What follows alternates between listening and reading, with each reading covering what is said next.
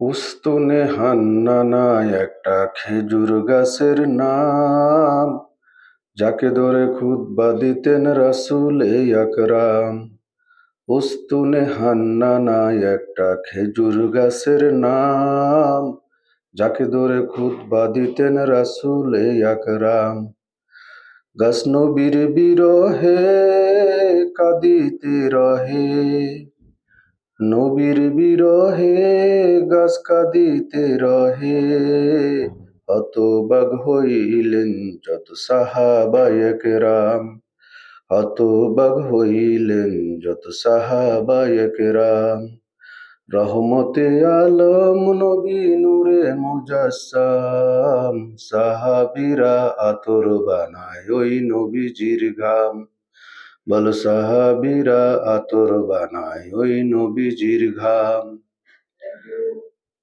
আমাদের মদিনা শরীফ রাসূল আকরাম সাল্লাল্লাহু আলাইহি সাল্লাম যখন বক্তব্য দিতেন সাহাবীদেরকে সামনে রেখে, তখন একটি গাছ ছিল, খেজুর গাছ, যার নাম দেওয়া হয়েছিল উস্তুনে হান্নানা। তো সবাই নামাজ পড়ে যখন মসজিদে নববী থেকে বের হয়ে যেত, দেখতো ভিতর থেকে একটা কান্নার আওয়াজ আসে। তো সবাই বলতো, কিসের কান্নার আওয়াজ? নবীজিকে সব সাহাবারা বললো, ইয়া রাসূলুল্লাহ, আমরা যখন নামাজ পড়ে বেরিয়ে যাই তখন একটা কান্নার আওয়াজ আসে। তো সবাই খুঁজতে খুঁজতে দেখলো নবীজি পাক সাল্লাল্লাহু আলাইহি সাল্লামের যেখানে মেম্বার ছিল ফার্স্টে, নবীজি যে মেম্বারে বসে আলোচনা করতেন সেখান থেকে কান্নার আওয়াজ আসে। তো হযরত মুহাম্মদ সাল্লাল্লাহু আলাইহি সাল্লাম একদিন ঢুকে দেখলো যে সেই যে গাছটা ধরে বা গাছের সাথে হেলান দিয়ে মুহাম্মদুর রাসূলুল্লাহ আলোচনা করতেন, সেই গাছটি কাঁদতেছে। তো জিজ্ঞেস করলো, তুমি কান্না করো কেন? তো গাছটা বলল, ইয়া রাসূলুল্লাহ, আপনি যতদিন বক্তব্য দিচ্ছেন এই মসজিদে নববীতে থেকে আমার সাথে বা আমাকে সাথে রেখে ধরে বা হেলান দিয়ে আমার খুব ভাল লাগতো। আজকে মসজিদ বড় হয়েছে, মেম্বার সরিয়ে নেওয়া হয়েছে, আপনি একটু মানে আমার কাছ থেকে সরে গিয়ে বক্তব্য দেন বা দূরে চলে গেছেন, এই বিরহে আমি কাঁদি কষ্টে। তো মোহাম্মদ রাসূলুল্লাহ খুশি হয়ে বললেন, তোমাকে একটা জীবিত গাছ বানিয়ে দেই। গাছ বলল যে, না ইয়া রাসূলুল্লাহ, আমি যেরকম আছি ওরকমই থাকতে চাই। তো বলল, তুমি কি চাও?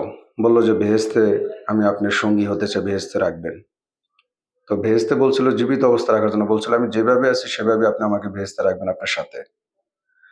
তো এই কথা বলার পরে মোহাম্মদ রাসূলুল্লাহ সেই উস্তুনে হান্নানা ওটাকে মসজিদে নববীর ভিতরেই আহ, কবর দিয়ে দিয়েছিলেন, এবং সেই কবর অনেক হাজিরা একসময় গিয়ে দেখতে পারতো, এখন হয়তো এটা নাই, সমান করে দেওয়া হয়েছে।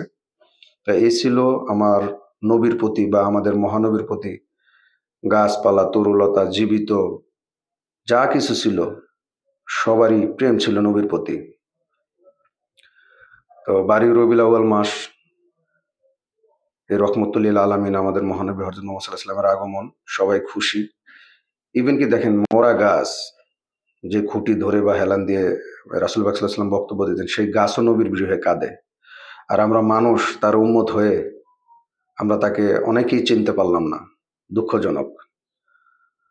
তো সবাই ভালো থাকবেন। আল্লাহ পাক সবাইকে মুহাম্মদ রাসূল সাল্লাল্লাহু আলাইহি ওয়াসাল্লামকে চিনার মতো তার ইত্তেবা করার তৌফিক দান করুক, আমিন।